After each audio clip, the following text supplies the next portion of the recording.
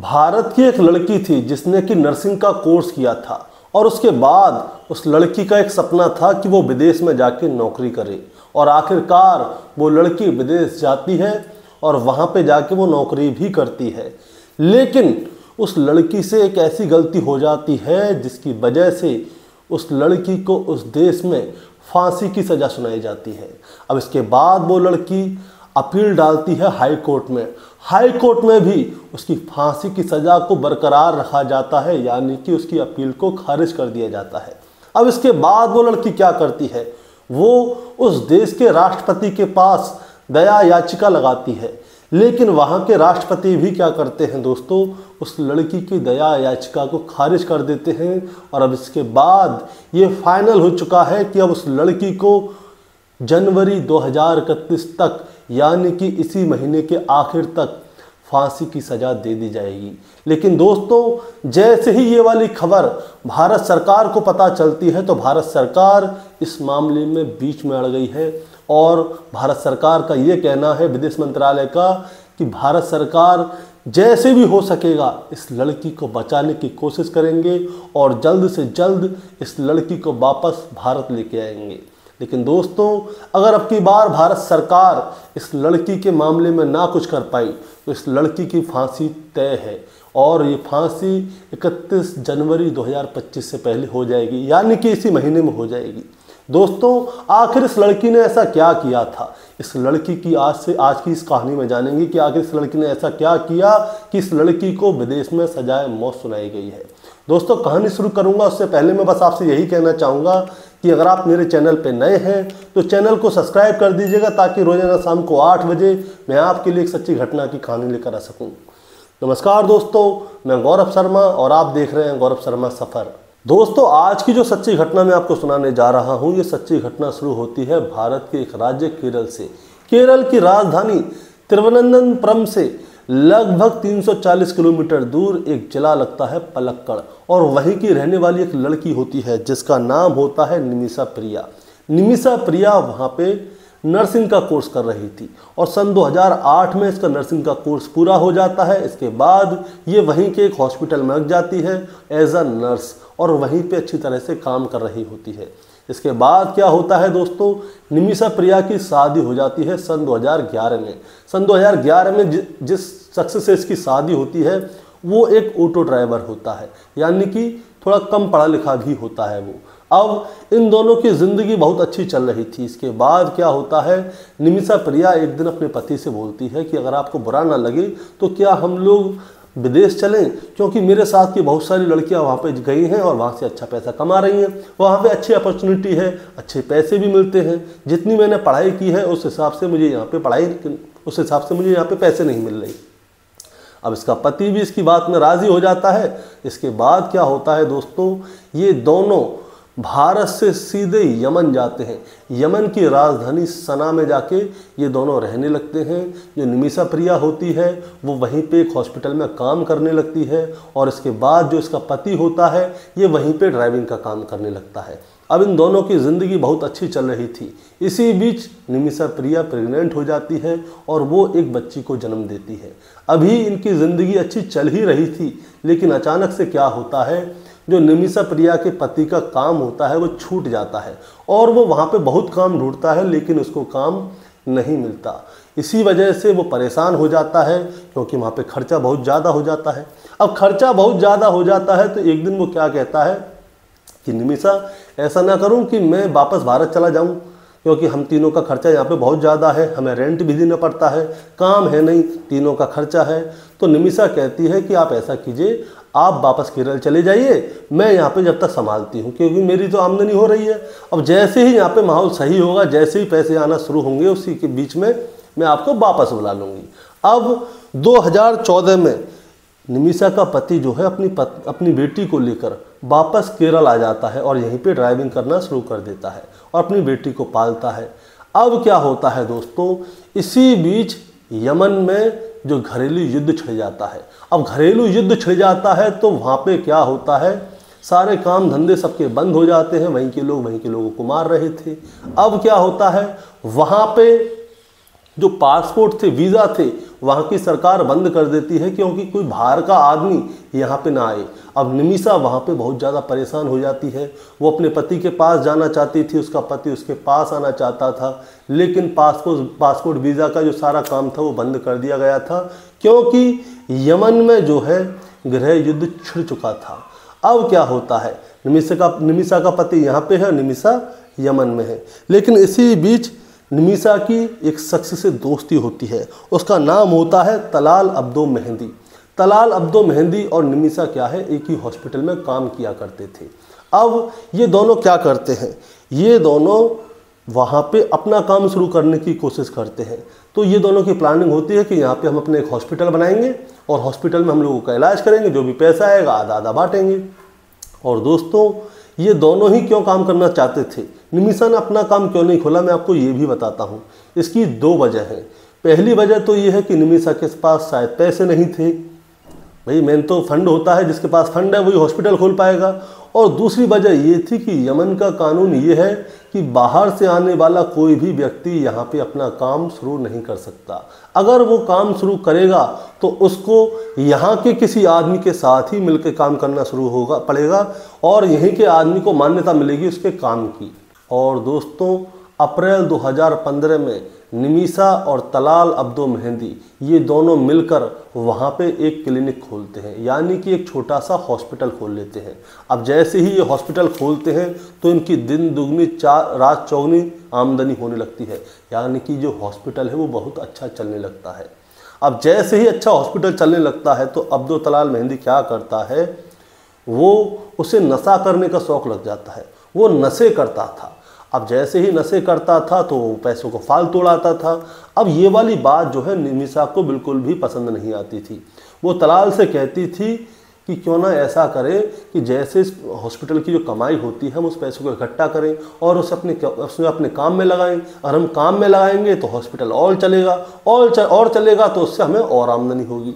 लेकिन जो तलाल होता है उससे किसी चीज़ से कोई मतलब नहीं होता, वो अपना नशा पत्ता करना शुरू कर देता है। ये वाली बात निमिषा को बहुत बुरी लगती है।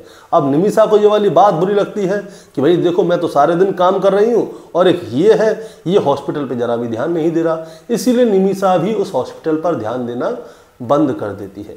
अब जैसे ही निमिषा ने हॉस्पिटल पे ध्यान देना बंद किया, वैसे ही जो हॉस्पिटल के जो दिन हैं वो ख़राब चलना शुरू हो जाते हैं, यानी कि हॉस्पिटल में काम आना कम हो जाता है, यानी कि मरीज आने कम हो जाते हैं।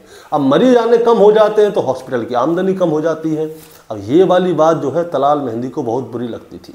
वो क्या करता था दोस्तों, न्यूज़ रिपोर्ट के अनुसार अगर मैं आपको बताऊं तो बताया जाता है जो तलाल मेहंदी है वो क्या करता था, वो नशा करके अपने कुछ दोस्तों को अपने साथ लेकर निमिषा के घर पे जाया करता था और उसके साथ ज़बरदस्ती करने की कोशिश किया करता था, लेकिन वो निमिषा के साथ ज़बरदस्ती नहीं कर पाया। और मैं आपको बताना चाहूँगा तलाल मेहंदी ने क्या किया था। तलाल मेहंदी ने जो निमिषा का पासपोर्ट था उसे अपने पास छुपा लिया था। अब निमिषा उससे जैसे ही पासपोर्ट मांगती है वो उससे मना करता है कि कहीं ऐसा ना हो कि निमिषा यहाँ से भाग के वापस भारत चली जाए। अब निमिषा इन सारी चीज़ों से बहुत ज़्यादा परेशान हो गई थी कि वो करे तो क्या करे। और तो और तलाल मेहंदी ने क्या किया था दोस्तों, जो निमिषा की जो शादी की फ़ोटो थी उसमें क्या किया, उसमें जो निमिषा का पति था उसके चेहरे पे अपना चेहरा लगा दिया एडिटिंग करके और वहाँ के लोगों से कहता है कि ये मेरी पत्नी है। अब ये मेरी पत्नी है तो जैसे मैं कहूँगा वैसे ही इसको करना पड़ेगा। अब निमिषा सब तरफ से घिर चुकी थी। अब ना उसके पास पासपोर्ट है कि वो यहाँ से भाग जाए। एक तरह से ये तलाल मेहंदी था उसने निमिषा को अपना गुलाम बना लिया था और वो जैसे चाहे वैसे निमिषा से काम करवाता था। अब निमिषा के पास कुछ भी नहीं था कि वो उससे भारत आ सके। एक दिन निमिषा के दिमाग में एक आइडिया आता है और आइडिया क्या आता है, वो सोचती है कि क्यों ना मैं तलाल मेहंदी को एक नशे का इंजेक्शन लगा दूँ, जैसे ही वो बेहोश होगा वैसे ही मैं अपना पासपोर्ट इसके घर में ढूंढ लूँगी। अब होता क्या है, एक दिन निमिषा को मौका मिल भी जाता है। वो अपने पास हमेशा नशे का इंजेक्शन इसलिए रखती थी कि जिस समय भी मुझे ये मौका मिलेगा मैं तभी तलाल मेहंदी को इंजेक्शन लगा दूंगी। अब जैसे ही निमिषा को मौका मिलता है वो तलाल मेहंदी को नशे का इंजेक्शन लगा देती है और थोड़ी देर तक इंतज़ार करती है, लेकिन दोस्तों तलाल मेहंदी के ऊपर नशे का इंजेक्शन का कोई भी असर नहीं हुआ। अब ये देखकर निमिषा चौंक गई। अब उसने कहा इसके ऊपर तो नशे का इंजेक्शन का कोई असर ही नहीं हुआ क्योंकि वो ड्रग्स लेता था।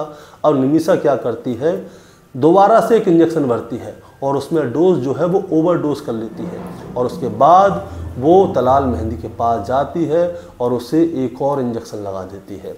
अब एक और इंजेक्शन जैसे ही लगाती है दोस्तों तो तलाल मेहंदी जो है बेहोश हो जाता है। अब जैसे ही तलाल मेहंदी बेहोश हो जाता है तो निमिषा उसके सारे घर को खोजती है कि पासपोर्ट कहाँ है, लेकिन दोस्तों पासपोर्ट निमिषा को नहीं मिलता। और इसी बीच जो दूसरा इंजेक्शन तलाल मेहंदी को निमिषा ने लगाया था, उसी बीच तलाल मेहंदी की मौत हो जाती है। निमिषा को नहीं पता था कि तलाल मेहंदी मर जाएगा, लेकिन तलाल मेहंदी मर चुका था। अब इसके बाद क्या होता है दोस्तों, इसके बाद जैसे ही तलाल मेहंदी मरता है उसके बाद सभी जगह खबर फैल जाती है कि निमिषा ने तलाल मेहंदी को मार दिया। निमिषा को गिरफ्तार किया जाता है, तलाल मेहंदी की लाश को पोस्टमार्टम के लिए भेजते हैं तो पता चलता है कि इसे ओवरडोज जो नशे के इंजेक्शन है वो लगाए गए हैं। अब इसके बाद जो तलाल मेहंदी के परिवार के लोग हैं वो उसके ऊपर केस फायर कर देते हैं। अब निमिषा को गिरफ्तार कर लिया जाता है सन 2017 में। सन 2017 में निमिषा को गिरफ्तार करके जेल भेज दिया जाता है। अब उसके ऊपर चलता है केस चलता है निचली अदालत में और निचली अदालत में निमिषा को फांसी की सज़ा सुनाई जाती है। अब जैसे ही निमिषा को फांसी की सज़ा सुनाई जाती है उसके बाद क्या होता है, फांसी की सज़ा कब सुनाई थी दोस्तों मैं आपको बताता हूँ। सन 2017 में निमिषा को गिरफ्तार किया गया था और सन 2020 में निमिषा को फांसी की सज़ा सुनाई गई थी।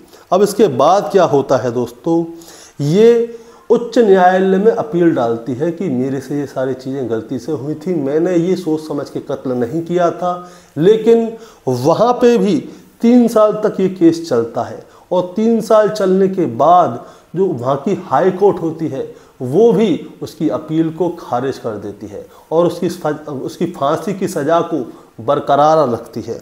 अब इसके बाद क्या होता है दोस्तों, यहाँ पे एक और ऑप्शन होता है, वो होता है ब्लड मनी। अब ब्लड मनी क्या है मैं आपको वो बताना चाहूँगा। ब्लड मनी में ये होता है, जो गल्फ़ कंट्री है या यमन है, सऊदी है, वहाँ पे क्या होता है, अगर किसी से किसी वजह से किसी की हत्या हो जाती है गलती से, चाहे कैसे भी हो जाए, तो उसके पास एक ऑप्शन होता है। ऑप्शन ये होता है कि वो उसके परिवार के पास जाएगा, वहाँ पे जाके माफ़ी मांगेगा और जो सामने वाले के परिवार के लोग हैं, यानी कि जिसके घर में से जिसकी मृत्यु हुई है उसके परिवार के लोग हैं, वो एक रकम बोलेंगे। अब वो जो रकम बोलेंगे ये इधर वाली पार्टी को जिसने की हत्या की है उस पार्टी को वो रकम वहाँ पे अदा करनी होगी और अदा करने के बाद जो मरा है उसके परिवार के लोग जो है अपने केस को वापस ले लेंगे और वहाँ पे कह देंगे कि हम इनको सज़ा नहीं दिलवाना चाहते, हम इन्हें माफ़ करते हैं, आप इन्हें छोड़ दीजिए। लेकिन अब निमिषा क्या करती है, उन लोगों के पास जाती है, उनसे माफ़ी मांगती है कि देखिए मेरे से गलती हो गई है, मैं माफ़ी चाहती हूँ और जैसे आप कहेंगे मैं वैसे कर लूँगी। उसके बाद में क्या होता है दोस्तों, 1,60,00,000 रुपये वहाँ पे तय होते हैं कि 1,60,00,000 रुपये दे दो, हम तुमसे केस वापस ले लेंगे। अब 1,60,00,000 रुपये जैसे ही तय होते हैं तो ये वाली बात उसके पति को भारत में पता चलती है, जो कि यहाँ पे ऑटो चलाता है और वो यहाँ पे एक क्राउड फंडिंग करता है। क्राउड फंडिंग में वो साफ साफ कहता है, वो क्राउड फंडिंग का नाम क्या रखता है मैं आपको बताता हूँ, द सेव निमिषा प्रिया, ये नाम वो क्राउड फंडिंग का रखता है। और यहाँ पे वो साफ साफ कहता है कि मेरी पत्नी एक नर्स थी जो कि यमन की राजधानी सना में गई थी हॉस्पिटल में काम करने के लिए, इसके बाद में यहाँ पे आ गया, उसके बाद वहाँ पे गृह युद्ध छिड़ गया, गृह युद्ध छिड़ने के बाद वहाँ पे उसकी किसी से दोस्ती हुई, उसके साथ उसने वहाँ पे हॉस्पिटल चलाया, हॉस्पिटल चलाने के बाद उसने उसका पासपोर्ट जब्त कर लिया, फिर उसके साथ गुलामों जैसी हरकतें की। इसके बाद निमिषा प्रिया उसको इंजेक्शन लगाती है ताकि वो अपने पासपोर्ट को उसके यहाँ से निकाल सके और वापस हिंदुस्तान आ सके, लेकिन इसी बीच उसकी मौत हो जाती है। उसके परिवार वालों ने 1,60,00,000 रुपये मांगे हैं, अगर हम दे देंगे तो वो उसे माफ़ कर देंगे, नहीं तो निमिषा प्रिया को फांसी दे दी जाएगी। अब दोस्तों यहाँ पे क्या होता है, यहाँ पे उसका पति कुछ पैसे इकट्ठे भी करता है, 1,60,00,000 रुपए के लिए जो उसने क्राउड फंडिंग की थी, कुछ पैसे इकट्ठे भी करता है, लेकिन यहाँ पे कोई भी पारदर्शिता नहीं थी। इसीलिए जो लोग उसकी मदद करने के लिए आगे आए थे वो सब पीछे हट जाते हैं। अब क्या होता है दोस्तों, इसके बाद मैं आपको बताना चाहूँगा। अब मनीषा प्रिया क्या करती है, जो हिंदुस्तान में जो आखिरी ऑप्शन होता है राष्ट्रपति के पास अर्जी लगाने वाली, मनीषा प्रिया भी वहाँ पे राष्ट्रपति के पास अर्जी लगाती है। अब वहाँ के राष्ट्रपति का नाम क्या है दोस्तों, मैं आपको बताना चाहूँगा, राशिद अल अलोमी वहाँ के राष्ट्रपति का नाम है। उनके पास वो अर्जी लगाती है कि आप मुझे माफ़ कर दीजिए, जो माफ़ी की दया याचिका होती है। लेकिन दोस्तों जो वहाँ के राष्ट्रपति हैं राशिद अल अलोमी, वो उसकी दया याचिका को खारिज कर देते हैं। यानी कि वो जो दया याचिका लगाती है वो दिसंबर 2024 में लगाती है, और जैसे ही जो वहाँ के राष्ट्रपति हैं उनकी दया याचिका को खारिज करते हैं, वो तारीख थी 30 दिसंबर 2024, यानी कि इसी 30 दिसंबर 2024 को वहाँ के राष्ट्रपति ने उसकी दया याचिका खारिज कर दी है। अब दोस्तों बताया जा रहा है मीडिया रिपोर्ट के मुताबिक कि निमिषा को इस 1 महीने के अंदर ही फांसी दे दी जाएगी। उसके पास सिर्फ 1 महीने का समय है, यानी कि 31 दिसंबर 2024 तक का उसके पास समय है। अगर 31 दिसंबर 2024 से पहले कुछ हो सका तो वो बच जाएगी, नहीं तो नहीं बचेगी। अब क्या होता है दोस्तों, 30 दिसंबर 2024 को ही भारतीय दूतावास को ये संदेश भेजा जाता है कि निमिषा प्रिया करके एक ऐसी लड़की है जिसको कि फांसी की सज़ा दी जाएगी 1 महीने के अंदर। अब क्या हो रहा है दोस्तों, जो भारत का विदेश मंत्रालय है वो एडी चोटी तक का जोर लगा रहा है निमिषा प्रिया को बचाने के लिए कि कैसे भी करके निमिषा प्रिया को बचाया जाए। क्योंकि दोस्तों जो 1,60,00,000 रुपए की रकम जो अब्दुल मेहंदी ने जो उसके परिवार वालों के साथ तय की थी, उसके परिवार वालों ने वो 1,60,00,000 रुपए लेने से उन लोगों ने साफ इनकार कर दिया है। उन्होंने कह दिया है कि हमें तो इसको सज़ा दिलवानी है चाहे कैसे भी हो। लेकिन अब दोस्तों भारत सरकार इस मामले में बीच में आ गई है। अब भारत सरकार इस मामले में बीच में आ गई है, लेकिन एक चीज़ है छोटी सी कि भारत सरकार को जो है सिर्फ 1 महीने का समय है भारत सरकार के पास। अगर भारत सरकार ने 1 महीने के अंदर कुछ भी कर लिया, यानी कि कुछ भी करके इसको बचा लिया, तो निमिषा प्रिया बच जाएगी, नहीं तो इसको वहाँ पे फांसी दे दी जाएगी। अब दोस्तों मैं आपको बताता हूँ, ऐसे ही सन 2019 में पंजाब के 2 लड़कों को सजाए मौत दे दी गई थी सऊदी में। उनकी गर्दन काट दी गई थी, और परिवार वालों तक जब ये चिट्ठी आई थी तो उससे 8 दिन पहले ही उनके परिवार वाले, उनके दोनों लड़कों की हत्या कर दी गई थी, यानी कि उनको सजाए मौत दे दी गई थी। ऐसे ही उत्तर प्रदेश के मेरठ का एक लड़का है जैद, वो भी सऊदी की जेल में बंद है और उसको भी सजाए मौत सुना दी गई है। अब जैद का मामला भी सऊदी में चल रहा है और जो निमिषा प्रिया है वो यमन में चल रहा है। अब इन दोनों के मामले में आगे क्या होगा वो तो समय ही बताएगा। लेकिन दोस्तों अगर भारत सरकार ने कुछ किया तो इन दोनों को हो सका तो भारत सरकार वापस अपने देश, अपने वतन भारत लेके आएगी और निमिषा प्रिया को उसके बच्ची और उसके पति से मिलवाएगी। अब क्या होगा इस कहानी में मैं आपको आगे बताऊंगा जैसे ही निमिषा प्रिया की कोई खबर आएगी, क्योंकि मैंने आपको बताया था कि कभी भी मैं कोई कहानी सुनाता हूं और उसको बीच में ही छोड़ता हूं तो उसका पार्ट 2 जरूर लेके आता हूं कि आखिर इसके बाद हुआ तो हुआ क्या। दोस्तों इस कहानी को सुनाने का मतलब आपको परेशान करना या विचलित करना नहीं है, बस आपको बताना है और जताना है कि बिना सोचे समझे तो किसी पे भी विदेश में भरोसा नहीं करना चाहिए। निमिषा प्रिया ने कर लिया, लेकिन इधर हिंदुस्तान में क्या हुआ, हिंदुस्तान में उसके पति ने एक क्राउड फंडिंग इकट्ठा की थी, लेकिन वहाँ पे कोई भी पारदर्शिता नहीं थी। बहुत सारे लोग आए थे उसके पति के पास उसकी मदद करने के लिए निमिषा प्रिया की, लेकिन जब पारदर्शिता ही नहीं थी तो क्या करें। अगर उस समय पे 1,60,00,000 रुपए इकट्ठे हो जाते तो शायद निमिषा प्रिया तभी वापस आ जाती। लेकिन अगर अब भी उसका पति ऐसा कुछ करे, उसके परिवार के पास जाए, जो अब्दुल तमाम मेहंदी था उसके परिवार वालों के पास जाए और उनसे कहे कि जो रकम है हम आपको देंगे और भारत के कुछ लोग उसके साथ दें, तो अभी भी निमिषा प्रिया के पास पूरा पूरा चांस है भारत वापस आने का, अपनी बेटी से मिलने का, अपने पति से मिलने का। दोस्तों, आपका क्या कहना है इस कहानी के बारे में, आप ज़रा हमें कमेंट में बताएं। चैनल पे नए हैं तो सब्सक्राइब करके जाएं ताकि रोजाना शाम को 8 बजे मैं आपके लिए एक ऐसी ही सच्ची घटना की कहानी लेकर आ सकूं। नमस्कार।